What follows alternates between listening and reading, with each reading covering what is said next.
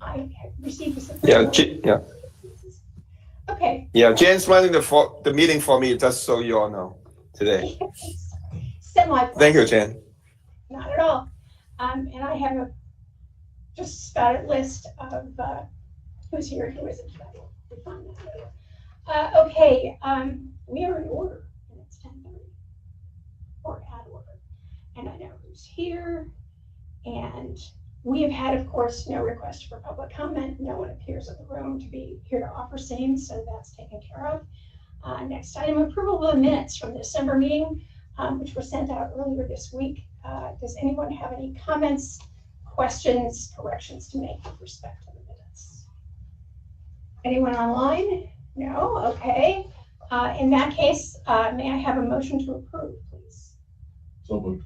Thank you, Ryan. Second. Dan. Thank you, Dan. Yes. Once again, last call, questions, concerns, whatever. Hearing none. Those in favor of approval, please say aye. Or raise your hands or whatever it is you do. Thank you. Those opposed? Motion carries. Excellent. Thank you. Now, moving into this sort of exciting phase of the day, because we have interesting and different items. Thank you very much. First, I'm going to send around, because it's hard to see otherwise, the actual substance of the amendment proposed by McLean County, and I will let Gary, who already has a copy. Are these collated? No, they're not. It's a single document. It's a single document in a stack. It's all of it. So, Gary, if you want to just sort of fill us in on what's going on with this.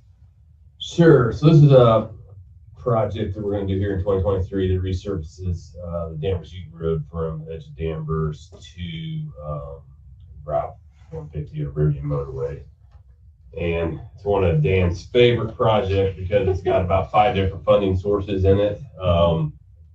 It's got COVID relief, HSIP, and TARP funds, and then it also has the STR funds. And so we needed to increase the STR amount based on the increase in the costs that we're seeing over the last year or so. So the price jumped up. We get $500,000 on this, and so, which in turn also increased our local share, which went up to $440,000, and so the total cost there is over $4 million.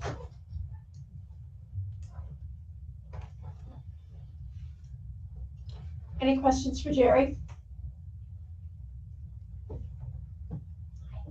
This is, you say safety shoulders on this one too? Yes, yeah, that's what the HSIP funds are for, safety shoulders, or widening rumble strips on shoulders. It'd be an 80,000 pound road. Is it not currently 80,000? It's not. How big was the overlay?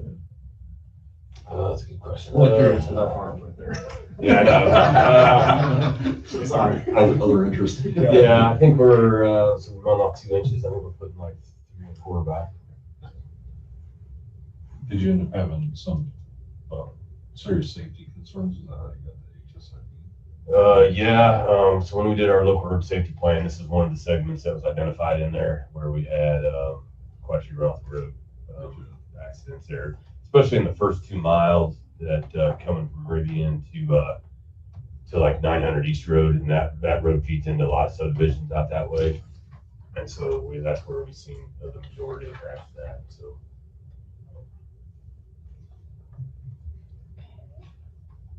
Any other questions for Jerry?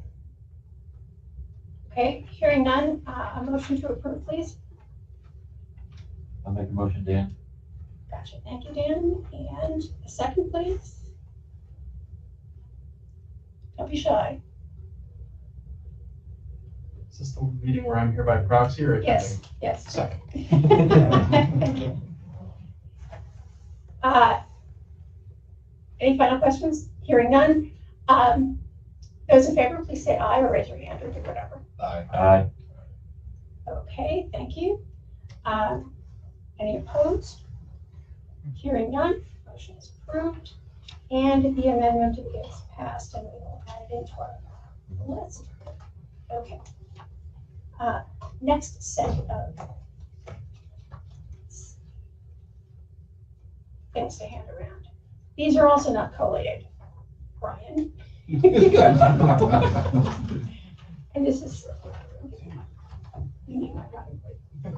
okay, although we're gonna sort of do this now. So we had talked about this in December, the idea that we needed to fix, to update the MPO agreement among all the participants so that we can include some language that FTA had noted they would like to see in the agreement during the triennial that happened at Connect Transit over the summer, last summer. So has anyone had a chance to go through this with their sort of senior staff and determine if it's okay to approve from your end? Okay. Sorry. No, that's, I know, it's holidays, it's all that nonsense. So what I would like to propose, first of all, we will just refer this for action in February because we don't yet have that consensus. If that can be something you put as a priority, take this to whoever it needs to go to in your specific organization, to have them review it, make sure they have no objections to it, so that we can have it executed sort of during the policy committee meeting in February. Does that sound reasonable to everyone? It's short. Jacob, who put together this draft for us, thank you very much, was very kind to put it in an incredibly clear format so you can see where the changes are and then sort of track them through the entirely 3-page document. And these are the highlighted ones that only changes. That's all they needed. Right. Believe it or not, the federal government would add a 6-month timeline to change your census. Yeah, and we may not quite make that, but such as that. So It's all about making people feel better. yeah, I guess that's pretty much it. So does everyone feel it's doable to make those changes in the time frame I just talked about, to have it ready for approval by each of the local participants within that time frame? I will nag, by the way, on this one. Yeah, and if I may, Jen, Sure. if I may, another purpose we're trying to accomplish was through this amendment is if there's anything else your respective jurisdiction would like to add, changes to, then we can consider all those at the same time, with what's being proposed by Transit. And so it's not just reviewing what Transit is proposing because of FTA, but since we're doing it, might as well, we do it all at once. So when you check with your superiors, see if there's anything else you think is needed, in terms of the additions as well. So, and if so, please let Jen know in advance so all those could be incorporated into like a revised final draft proposal for next month's meetings. Thanks. Thank you for the reminder, Ray. With the caveat that unless it's vital, let's not go crazy. So, if we need to have a serious sort of multi-party renegotiation of this discussion or this contract, okay, good, but maybe we get the FTA happy first. Okay. Jen, you recall when the original expired? It was going to expire? No, it doesn't expire per se, but now that we've had this request for revision, it's still in force, the one from 2018. It's just that FTA has decided it's not entirely incomplete. So that's why we're doing this exercise. Plus, as Ray says, to see if there's anything else lurking out there that we need to take consideration. All right. Finally, under the action items, I'm just showing you this resolution because it's what we're going to get the policy committee next week, should you decide to approve. Sorry, Jacob, I keep forgetting you're sitting behind me. You're good. Hang on, I'll catch on eventually. Okay, this is a resolution for, standing around, for our endorsement of the state's, I think it's PM 2 and 3. And the reason that there's a third page to this is what was, this last page is what was sent out by IDOT for review and approval from the Secretary's office. And it simply sort of, recapitulates what's been done and then adds in an extra couple of years for the targets. So, and what we are saying to them is in the resolution is McLean County accepts those performance measures and targets. We do make the note that because of the proportional nature of the targets, 2% here, whatever, that we can't meet those internally exactly because we're talking about like a tenth of a person or something in some of these instances. So our program is designed to reinforce these targets and to the degree that we can to improve the performance of those. And then again, this will go to the policy committee, and I will we'll get this taken care of next week if in fact you want to go forward with these. The other option, which we have never taken, is for us to formulate our own measures and targets. And I think Champaign County does that. We have never done that because no one has felt that it was something we really needed to deal with directly within this framework. If anyone feels differently, speak out. Okay. So on this one, basically this is just, I guess it is 2 or 3. What I'm looking for is a motion to forward this to the policy committee, as we always do, with a recommendation that they approve this, endorse essentially this resolution. Anyone game for that? I'll make a motion. Thank you. Anyone seconding? I'll second. Yeah, Dan off the hook here. For the record, I think staff also accepts the bylaws policy on that. Do they really? Yeah. Yeah, I'm not surprised. I think for the most part, the smaller MPOs around the state, sort of in the DATS kind of category, tend to do that too, because there's no basis on which they can formulate a set of alternatives that makes sense. Okay, that's good to know. Any further questions before we vote or comments? That being the case, those in favor, forwarding this to the policy committee next week, please say aye. Aye. Any opposed? No. Okay, that carries, and we will carry that forward to the policy committee next Friday. Okay, those are our action items for the day. And weren't they riveting? Weren't you on the edge of your chairs? Moving on to information or discussion, that which may arise. Is there anything anyone wants to raise here at this moment? Yes, no, maybe? I have a question. Okay, that's sure. You folks received a grant for Veterans Parkway. Mhm. Is there a status on that? Okay. Actually, I'll let Ray deal with that because I'm not quite sure where we are with the feds on the contract. Is that, I just, yeah, Greg, do you mind repeating the question? I just want to make sure I heard the last part. Yeah, Ray, I was asking about the grant that you received for Veterans Parkway with the pedestrian and bicycle study. Okay, got it. Yes, we are still working with, I guess the OST, in a way, the Office of Secretary of Transportation, but through their office in headquarters in DC, and also the folks at the Springfield office, FHWA. And on the agreement, that's the technicality we're trying to work out in terms of the name of the recipient.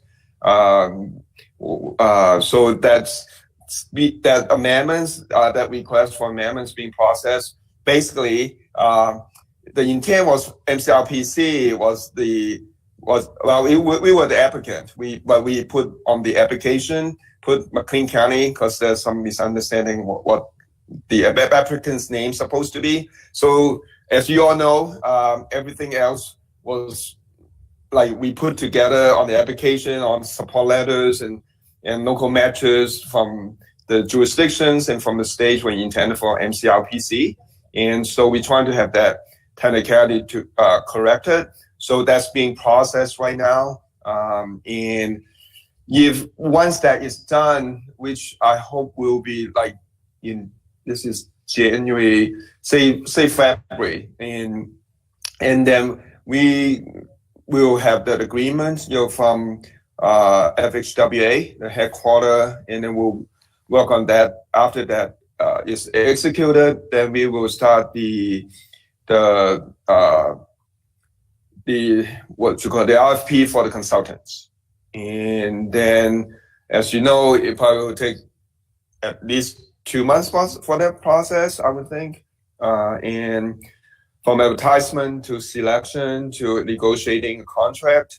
I mean, 2 months that will be fast, and so work-wise, so after the selection of the consultants, then we will sit down with you all and all the partners and stakeholders, and just to make sure we're on the same page. But so we're probably looking at, I want to say, for the consultants work to start, if everything goes smooth as we would like to, it's probably sometime in the summer. Thank you. Yeah.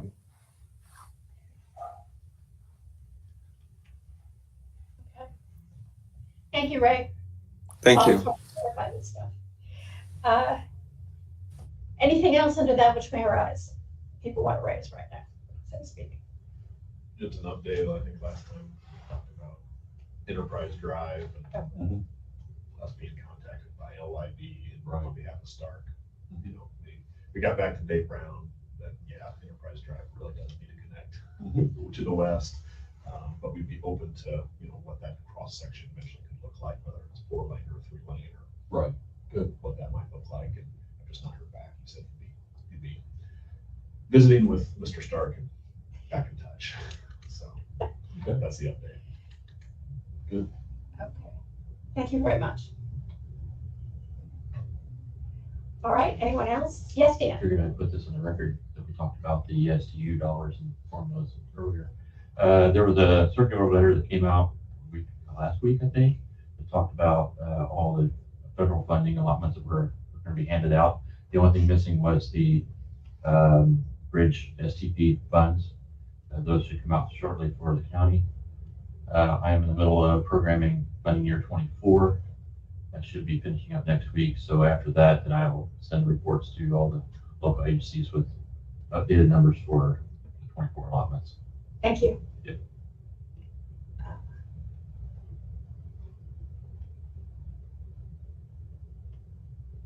All right. Anybody else? Anyone else? Also, as an update for the record, last meeting, we were I think it came up in conversation that Connect was pretty far down on staff, we were doing route reduction, things like that.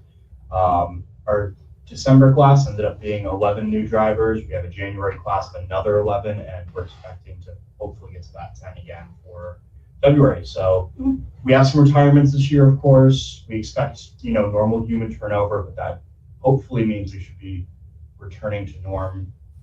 Our goal is spring, hopefully by summer.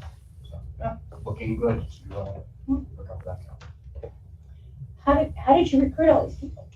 It was a matter of, I think it was just a perfect storm of Connect's had a lot going on recently. That's kind of gotten our name out there a little bit more. We've been able to show people that driving can be a career, and people have grown more curious, as well as that many people down, the necessity of getting everyone working towards it. So our marketing manager, who started in June, started playing these really great job fairs, not only on site but out in the community, where she was engaging more. And sure, maybe it was only 4 or 5 people at a time, but those were often turning into 2-3 candidates at a time that stuck through, which is great. And so I think it's just a really grand mix of everyone hopping on board, and hopefully that's a culture we can stick to, where recruiting has to be a big part of our job. We have 100+ operators driving for us daily from 5 a.m. to 3 a.m. So we really want to, we have to keep people on staff, if people can't get where they need to. So yeah, it's good. Thank you. Really good. That is very good news. Lots and lots of interviews. Did you ever get your easement from Kroger? And Right. if I have, do you have time for a couple updates too? Our time is Yeah, up. we got it. Yeah, just for the groups, as you may know, we have received or awarded the 2 IDOT grants. One is SPR, the other is for transportation safety, and then the other 2 is also a safety grant related to pedestrian and bicycle safety. And we have the agreement executed for the bike and pet safety grant with IDOT, and then we're finalizing on the agreement for the SPR grant for the transportation safety. And some of you are involved, some not when we were planning or applying for the grant. For the bike and pet, we primarily are working with the police departments. It's because that's what the grants call for when we apply, and that's the proposal. But we're working with the city, Bloomington's PD, the Normal PD, the county sheriff office, as well as the ISU, the PDs. And so Greg can add anything to it too. Greg Huss, that we had the first meeting with the chiefs and others in the police and law enforcement. Really, the key activities, will be, for us, more for public education and engagement and in promote safety in terms of for pedestrians as well as for the cyclists. And then for the other grant also but it's also for safety, for transportation safety, but it's all on a broader level. It's not specifically for certain modes of transportation, but all modes of transportation. And then the geographic area covered is for an entire county. And so the different activities,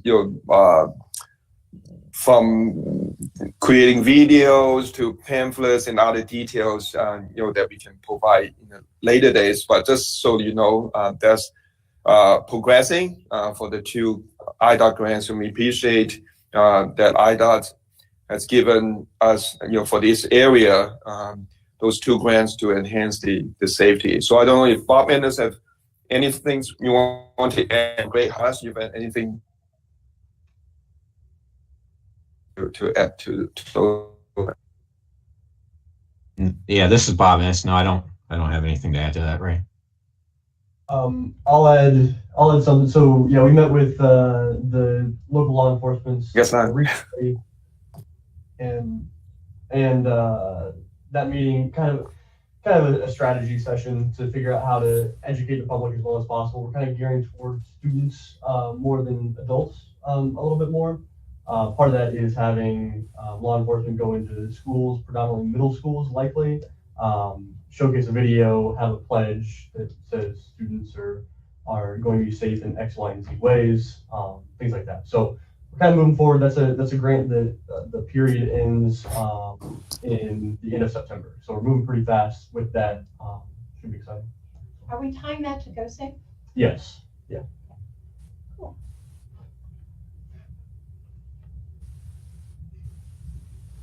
Anything else?